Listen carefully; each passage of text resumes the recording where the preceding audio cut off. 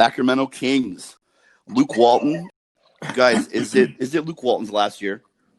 Yeah, I think so. I mean, the guy's pretty much underperformed since he's been over there.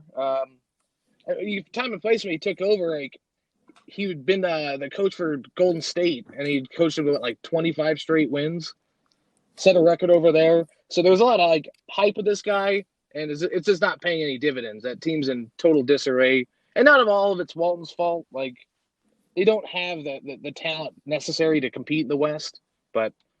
Someone's got to be a Cody, scapegoat. That's a good thing that you bring up there because there's this thing of like if you're a coach in the NBA, how much is your responsibility to create the turnaround like this with Walton, and how much is just the lack of roster? I mean, your heart has to at least a little bit go out to Walton because he's in a situation where he can't really win, right?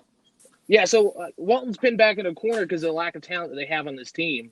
You can have schematics how you want to run the team, but you have someone like De'Aaron Fox who's an all-star caliber guy, but he passes it to Frank Kaminsky on that, and he's airballing threes. Like, what's going to happen?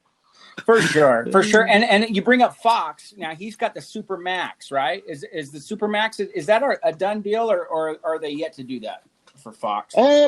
So he's got the deal. It's got the little prerequisites in there. So I think it starts at like 165, short of the super max. See, but, now here's something that's rough for me just to take this in as even okay, if I'm going to put myself into the shoes of the one Kings fan that's out there, then he might be listening. I know. He's going to be pissed in about 5 minutes.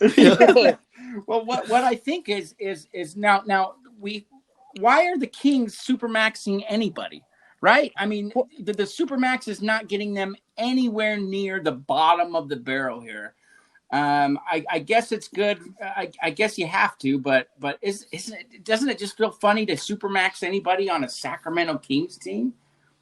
Well, I guess you got to look at it as like it's a small market tax. Like in the open market, if he's in Chicago, he might not warrant that. But be it Sacramento, where your talent starved, you have to pay a little bit extra to make sure you retain that talent. Like, well said. So, but I mean, he still hasn't hit those qualifiers, so he still has to make like an all-star team, all-NBA team, gotcha. MVP, which I don't foresee that happening anytime soon. But for sure, it's really just a matter of time. Like De'Aaron Fox, the countdown's starting. I give it like 2 years, and he's probably traded out.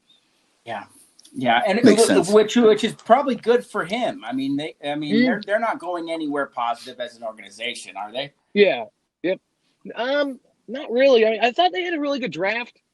Getting Tyrese Halliburton was a good pickup. The guy was pretty much like a top 5 pick, and he fell all the way to them at I think the 11th pick. So, gotcha. Great value there. But outside of that, like their free agency really wasn't anything too inspiring. The team that they lost Bogdanovich, who was probably one of their besides Fox, probably their second biggest like up and coming star. Yeah. So and they didn't really get anything for him. But you know what? And I'll mention this is that they won 31. They went 31-41 last year. That's a lot of games to win to be at the first one that we mention on this list. There's no off nights in the NBA. Oh yeah, no, 31 wins. Like I mean, they were in the hunt for the 8th seed, so you can't completely discount them. For sure.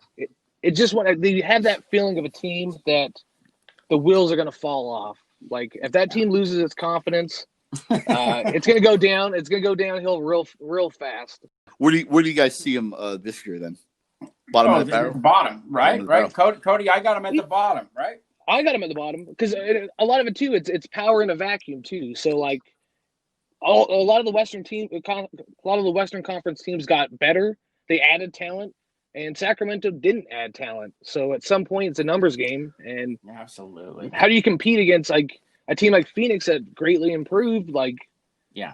So if you guys had a similar record, and they go get a Chris Paul, and you didn't do anything, like power in a vacuum. Like, where are you going to go? It's just Yeah, you're going to tumble down the standings in my eyes. exactly. And Jake made a good point. I mean, how much of it lays on Luke Walton with that?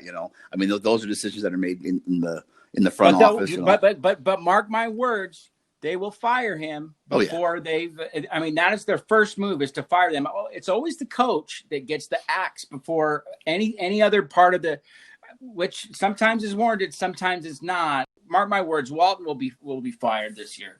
Gotcha. Yeah. Yeah.